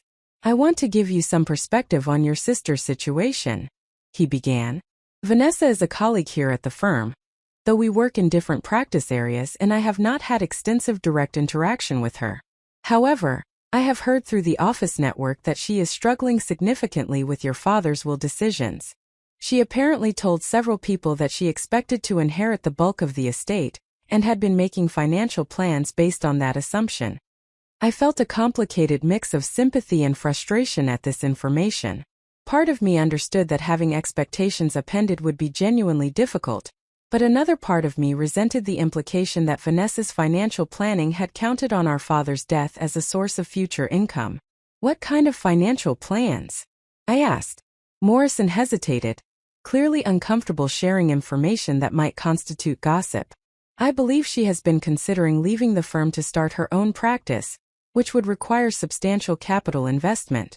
She also apparently purchased her penthouse apartment with a significant mortgage based partly on the assumption that she would inherit enough to pay down the debt substantially. Having those plans disrupted by receiving far less than anticipated has created real financial stress for her in addition to the emotional disappointment. This information reframed Vanessa's fury somewhat. She was not simply angry about wounded pride or frustrated ambitions. She was facing concrete financial consequences from expectations that had proven unfounded. While I still believed her accusations against me were unjust, I could understand that her situation involved more than simply losing a competition for our father's approval. I am telling you this not to excuse her behavior or to suggest you should accommodate her demands, Morrison continued. The will is clear, it is legally sound, and her accusations against you are baseless. But I thought you should understand that her reaction, while inappropriate, comes from a place of genuine difficulty rather than pure vindictiveness. That context might be useful if and when you eventually have to communicate with her about this situation. I thanked Morrison for the information and left his office feeling even more emotionally complicated than when I had arrived. The meeting had provided essential clarity about the practical dimensions of my inheritance, but it had also reinforced the immense responsibility I was now carrying. I was no longer simply Claire Winters, social worker living paycheck to paycheck in a modest apartment. I was Claire Winters, owner of a 7-figure investment portfolio and a substantial real estate business, possessor of resources that could create meaningful change if used wisely, or could be squandered through poor decisions or lack of attention. I drove from Morrison's office directly to Harbor House, arriving in time for a scheduled supervision session with one of my case managers. The contrast between the gleaming conference room I had just left and the worn, cluttered office space at Harbor House could not have been more stark. One environment spoke of wealth, influence, and carefully managed resources. The other spoke of chronic underfunding, making do with insufficient materials, and the daily grind of trying to meet overwhelming need with inadequate means. But as I sat down with my colleague to review her caseload and provide guidance on several challenging situations, I felt more grounded than I had in weeks. This work was familiar. The questions and dilemmas we discussed were ones I understood. The young people we served were real and immediate, not abstract figures in financial projections. Whatever complexity my inheritance had introduced into my life, this remained the work that gave my life meaning and purpose. Sarah appeared in the doorway near the end of the supervision session, asking if I had time to speak with her briefly. When my colleague departed, Sarah closed the door and sat down with an expression that signaled she had something significant to discuss. "I want to talk with you about something that is going to sound strange," she began. "But please hear me out before you respond." I nodded, curious about what could possibly warrant such a preamble. "There have been rumors circulating in our professional community about your father's passing and his will," Sarah continued. "I do not know the details, and you certainly do not owe me any explanations about your personal business. But several people have suggested that you may have inherited substantial resources. If that is true, I want to talk with you about an opportunity that has emerged for Harbor House." My stomach tightened with anxiety. I had not yet told anyone at Harbor House about the inheritance, not wanting to create awkwardness or change how colleagues related to me. But apparently the information had leaked through professional networks in ways I had not anticipated. "What kind of opportunity?" I asked carefully, neither confirming nor denying the rumors. Sarah pulled out a folder containing what appeared to be property listings and financial documents. "The building we currently occupy is being sold by the owner. We have been renting month to month for the past 2 years, because we could not afford to commit to a long-term lease given our funding uncertainty. The new owner is planning to redevelop this entire block into luxury apartments, and they have informed us that they will not be renewing our rental agreement beyond the end of the fiscal year. We have 6 months to find a new location for Harbor House, and given the current real estate market in Boston, we are facing the very real possibility that we will not be able to find affordable space that meets our needs." The implications hit me immediately. Harbor House losing its physical location would be catastrophic. Relocating an organization of this complexity would be enormously expensive and disruptive. Finding suitable space in Boston at a price we could afford might prove impossible, which could mean the end of the organization entirely or at minimum a drastic reduction in services while we scrambled to establish a new location. "What are the options?" I asked. "We could try to purchase a property outright, which would eliminate the vulnerability of renting but would require capital we do not have," Sarah explained.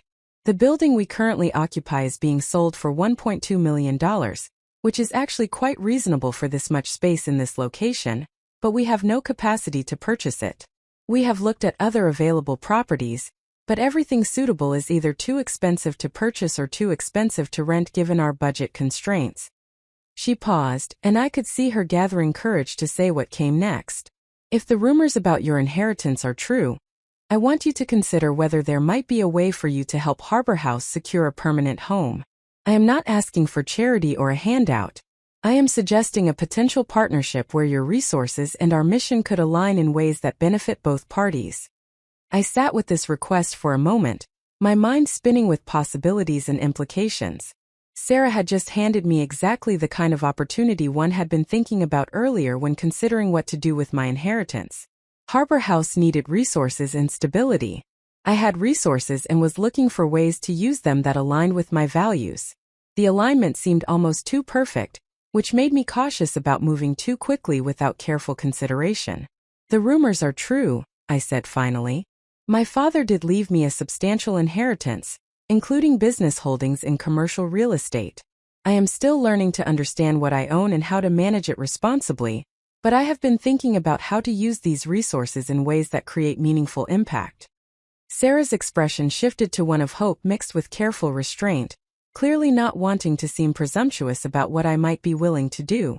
I realize this is an enormous ask, especially given that you just inherited this wealth very recently. But the timing of this building sale happening right now feels significant. If there were any way for you to help Harbor House secure a permanent location, it would transform our capacity to serve young people without the constant vulnerability of renting and the threat of displacement. I thought about the presentations I had just received from Morrison's team, about the business holdings and investment income, and the various options for deploying capital. I thought about my father's letter, about his acknowledgement that I had shown him what truly mattered in ways his previous value system had obscured.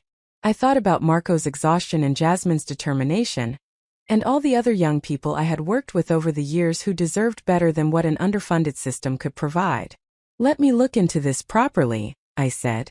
I need to understand the full situation, talk with my advisors about what would be feasible, and think through how to structure something that would actually work for both Harbor House and for responsible management of the assets I have inherited.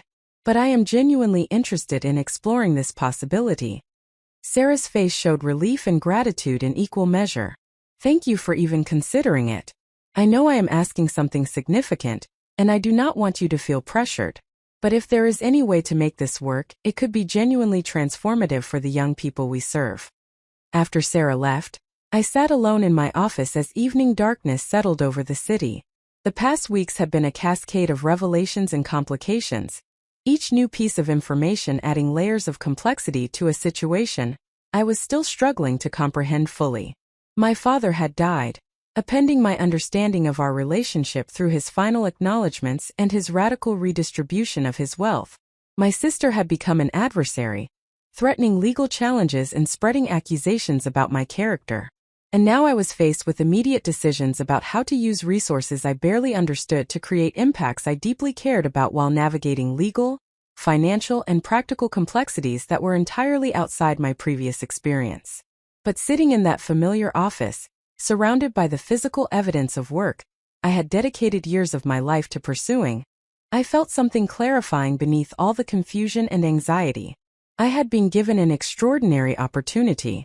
Not just the opportunity that wealth provided to live comfortably or secure my own future, but the opportunity to actually address some of the systemic failures I had been working within for my entire career. The question was not whether I would use my inheritance to make a difference. The question was whether I had the wisdom, courage, and persistence to do so effectively despite my inexperience and despite the resistance I would inevitably encounter. I pulled out my phone and composed a message to Jennifer Chan, the financial advisor from Morrison's team. I explained that I had been approached about a potential opportunity to help Harbor House secure a permanent location, and I asked whether she would be willing to meet with me and with Sarah to explore what might be feasible. I sent the message before I could second-guess myself, committing to move forward with exploration even though I had no idea yet what form that movement might take. As I prepared to leave Harbor House that evening, I realized that something fundamental had shifted. I was no longer simply trying to understand and accept what had happened. I was beginning to envision possibilities for what I might do with the unexpected resources I had inherited.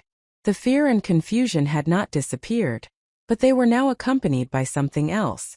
Purpose, perhaps, or determination, or simply the recognition that my father had entrusted me with something significant and I owed it to him, to myself, and to the people I served to take that trust seriously.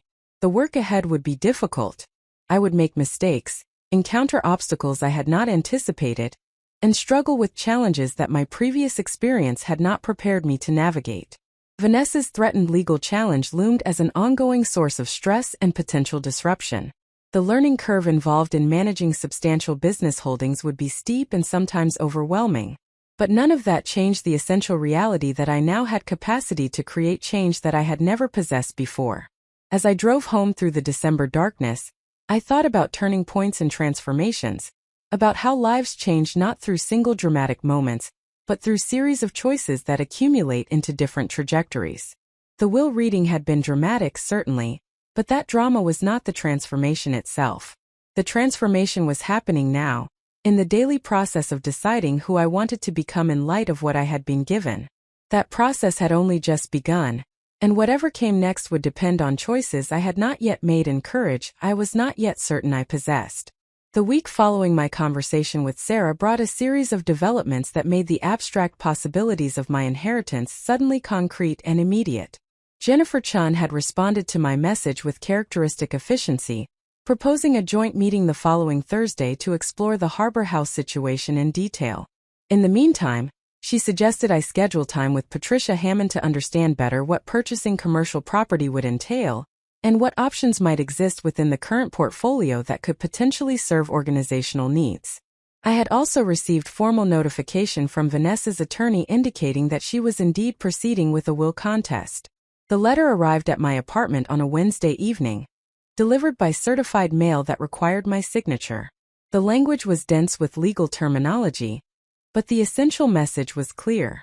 Vanessa was alleging that I had exercised undue influence over our father during a period of diminished capacity, that the will executed 6 weeks before his death represented a dramatic departure from his long-established estate planning, and that this departure could only be explained by improper manipulation on my part. Reading those accusations in formal legal language felt different from hearing Vanessa hurl them at me in anger during the will reading. The legal filing made the conflict official and public, transforming a family dispute into a matter of court record that would potentially involve testimony, document production, and expert witnesses. Attorney Morrison had assured me that the challenge would ultimately fail, but the process itself would be expensive, time-consuming, and emotionally exhausting regardless of the outcome. I called Morrison the morning after receiving the filing, and he scheduled an immediate meeting to discuss response strategy. When I arrived at his office later that afternoon, I found him reviewing the complaint with the careful attention that years of legal practice had trained him to bring to such documents.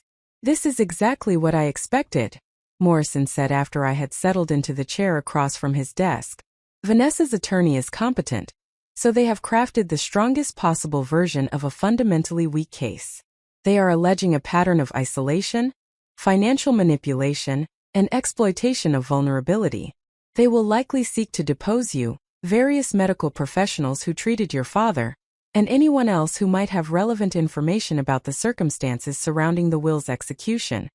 The prospect of being deposed, of having to answer hostile questions under oath about my relationship with my father and my motivations for caring for him during his illness, made my stomach clench with anxiety. I had done nothing wrong, but I also knew that legal proceedings had a way of making innocent actions appear suspicious through selective presentation of facts and aggressive questioning. "What do I need to do?" I asked. Morrison outlined the response process with methodical clarity. We would file an answer denying the allegations and asserting the validity of the will. We would produce documentation supporting your father's capacity and the voluntary nature of his estate planning decisions. We would likely need to retain expert witnesses who could testify about standards for assessing testamentary capacity and the typical patterns of undue influence. The process would unfold over several months, with various hearings and procedural steps before eventually reaching a resolution. "I want to be realistic with you about what this will involve," Morrison continued. "Will contests create significant stress for everyone involved? Vanessa will likely make allegations that are hurtful and unfair. The process will require you to share personal details about your relationship with your father that you might prefer to keep private. And even though we are confident about prevailing, litigation always carries some element of uncertainty and risk." He paused, and his expression became more serious. "There is another option we should discuss. Vanessa's attorney has indicated informally that she would be willing to settle the matter without litigation if you were to agree to a more equitable distribution of the estate. Specifically, they have suggested that you might consider giving Vanessa an additional $2 million beyond what she received under the will, which would bring her total inheritance to approximately $2.25 million. I felt anger rising in response to this suggestion. Vanessa had already received $250,000 in cash plus valuable personal property. She was a successful attorney earning a substantial income. The idea that I should simply hand over additional millions because she was upset about not inheriting what she had expected felt like rewarding her accusations and validating her baseless claims about my character. Why would I agree to that? I asked, my voice sharper than I had intended. She is accusing me of being a manipulative thief. Why would I give her millions of dollars to stop making those accusations? Morrison raised his hands in a calming gesture. I am not recommending that you accept this settlement offer. I am simply informing you that the option exists. Sometimes people choose to settle will contests not because the legal claims have merit, but because the emotional and financial costs of litigation outweigh the principle of fighting baseless accusations. That is a personal decision that only you can make based on your own priorities and tolerance for conflict. I took a deep breath, trying to calm the emotional response that Vanessa's settlement demand had triggered. Morrison was right that this was ultimately a strategic decision rather than a moral one. The question was not what Vanessa deserved or what would feel satisfying from a standpoint of vindication. The question was what approach would best serve my long-term interests and allow me to move forward with using my inheritance constructively. I need to think about this, I said finally. But my initial reaction is that settling would feel like admitting I did something wrong when I know I did not. It would also establish a pattern where Vanessa can threaten legal action whenever she wants something from me and expect that I will capitulate to avoid conflict. Morrison nodded approvingly. That is sound reasoning. Take whatever time you need to consider the situation, discuss it with people you trust, and let me know how you want to proceed. In the meantime, we will begin preparing our defense on the assumption that we will be litigating this matter unless you decide otherwise. I left Morrison's office feeling angry and unsettled in ways that my previous anxiety about the inheritance had not produced. Vanessa's formal legal challenge transformed an already difficult family situation into outright warfare, and her settlement demand felt like extortion dressed up in legal language. The suggestion that I should pay her millions of dollars to stop accusing me of crimes I had not committed struck me as fundamentally unjust. But beneath the anger, I also felt something else. Sadness, perhaps, about the definitive rupture of whatever fragile connection Vanessa and I had maintained over the years. We had never been close, had never shared the kind of sisterly bond that some siblings develop, but there had been at least a baseline of family connection that obligated us to maintain civil relations at holidays and major life events. That baseline was now destroyed, probably permanently. Whatever happened with the legal proceedings, Vanessa and I would not recover from this conflict. We would become the kind of estranged siblings who only communicated through attorneys, and who arranged separate celebrations to avoid having to occupy the same physical space. The loss of that relationship, such as it was, hurt more than I had anticipated. Despite all the years of feeling dismissed and undervalued, despite Vanessa's obvious prioritization of her own success over family connections, I had apparently retained some hope that we might eventually develop a more genuine relationship. That hope was now conclusively foreclosed. Vanessa had chosen to view me as an adversary and a thief rather than as a sister who had simply showed up during difficult circumstances and been unexpectedly rewarded for doing so. I drove from Morrison's office to Harbor House, arriving in time for an afternoon appointment with Jasmine. She took one look at my face when I entered the meeting room and immediately knew something was wrong. "You look like somebody kicked your dog," she observed. "What happened?" I gave her a simplified version of the situation, explaining that my sister was suing me over my father's will and making accusations that I had manipulated him. Jasmine listened with the focused attention she brought to matters she considered important, and when I finished, her response was characteristically direct. "Your sister sounds like a spoiled brat who is mad that she did not get everything she wanted," Jasmine said bluntly. "Rich people problems are wild. Most people I know would be grateful to inherit anything at all, and she is complaining because she only got $250,000 instead of millions more. She needs to grow up and get some perspective." Her assessment made me laugh despite my frustration, and I felt some of the tension in my shoulders release. Jasmine had a talent for cutting through complexity to identify essential truths, and her outsider's perspective on family wealth disputes highlighted how absurd the situation would appear to someone facing actual survival challenges. "You are right," I acknowledged. "I know objectively that her reaction is disproportionate, and that I should not let it bother me so much. But it is hard when someone you share history with is accusing you of terrible things, and threatening to drag you through legal proceedings to punish you for receiving something you did not even ask for. Jasmine considered this for a moment. Can I tell you something about family that I learned the hard way? She asked. Blood does not mean people automatically love you or treat you right. Some of the worst things that happened to me came from relatives who were supposed to care about me. At some point, you have to decide that just because someone is family does not mean you owe them access to your life or that you have to keep trying to make them happy. You get to protect yourself from toxic people even when they are related to you. Her words carried weight because they emerged from genuine experience rather than abstract philosophy. Jasmine had been hurt badly by family members who should have protected her, and she had learned to establish boundaries that prioritized her own well-being over obligatory family connections. Perhaps I needed to apply similar thinking to my situation with Vanessa. We spent the rest of the session working on more immediate practical matters related to Jasmine's education and employment goals, but her perspective on family stayed with me throughout the remainder of the day. By the time I returned to my apartment that evening, I had reached a preliminary decision about how to respond to Vanessa's settlement demand. I would not pay her millions of dollars to drop baseless accusations. If she wanted to pursue litigation, I would defend myself vigorously and let the courts determine the validity of her claims. And I would try to accept that our relationship was permanently broken rather than continuing to hope for reconciliation that Vanessa had made clear she had no interest in pursuing. The following Thursday, I met with Jennifer Chun, Patricia Hammond, and Sarah at a coffee shop near Harbor House to discuss the property situation. Sarah had brought comprehensive information about the organization's current space needs, future growth projections, and the various operational requirements that any permanent location would need to accommodate. Patricia had prepared analysis of the commercial real estate market in Boston, focusing on properties that might be suitable for nonprofit use. Jennifer opened the discussion by establishing parameters for what would be financially feasible given the resources I had inherited. The question is not whether Claire can afford to help Harbor House secure a location, she explained. With liquid assets generating over $300,000 annually and substantial equity in existing properties, there is definitely capacity to support this kind of initiative. The question is how to structure the arrangement in a way that serves Harbor House's needs while also being responsible stewardship of Claire's inherited wealth.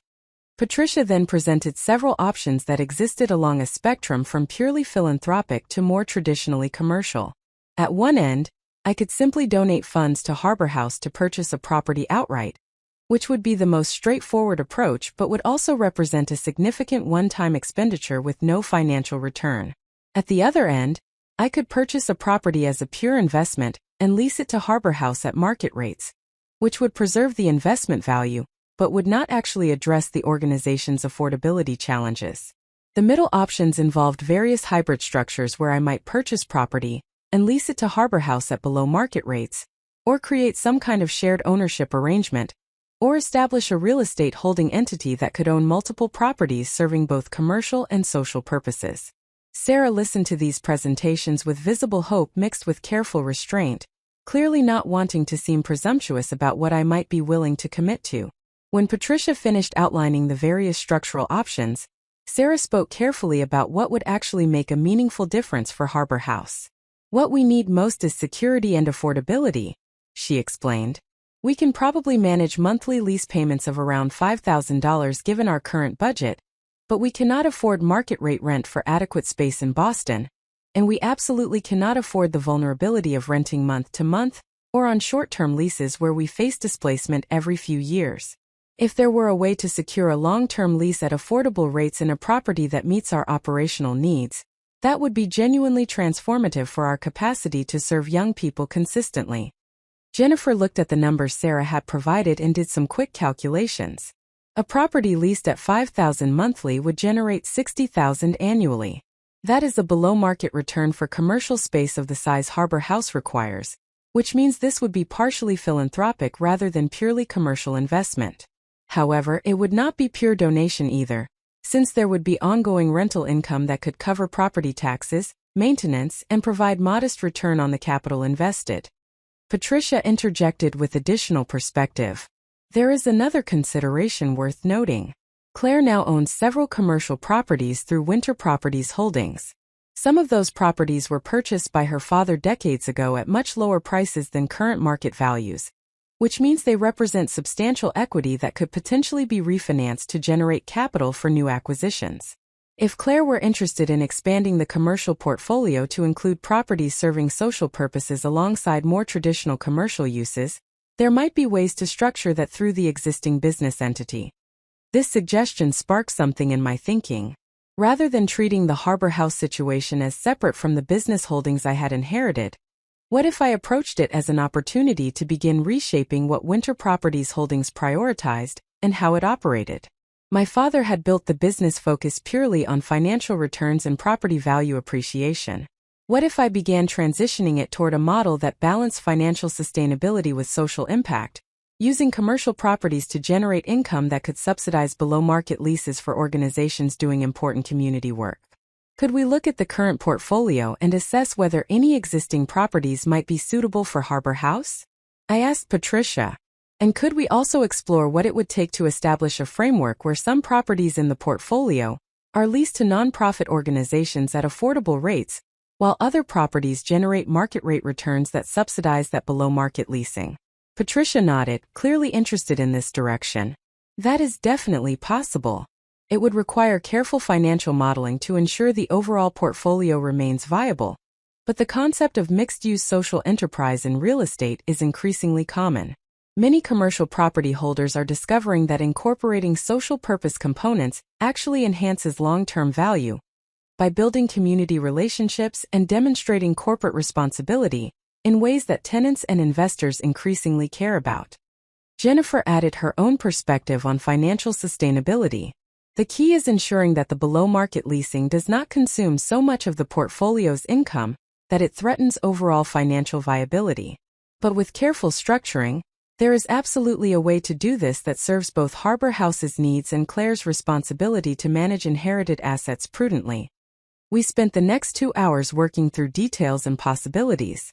Patricia would conduct a comprehensive review of the existing Winter Properties Holdings portfolio to identify any properties that might be suitable for Harbor House's needs.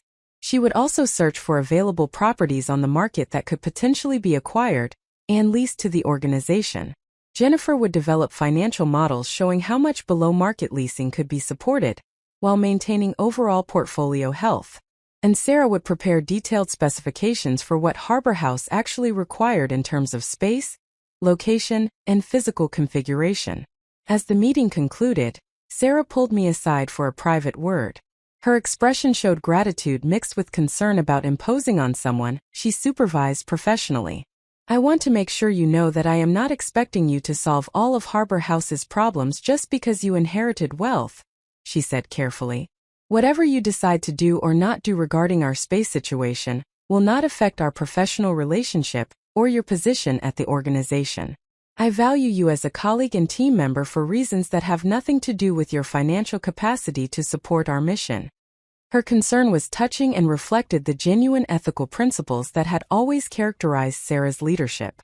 But I realized that her worry about mixing professional and financial relationships was something I needed to address directly rather than leaving ambiguous. Up next, you've got 2 more standout stories right on your screen. If this one hit the mark, you won't want to pass these up. Just click and check them out. And don't forget to subscribe and turn on the notification bell so you don't miss any upload from us.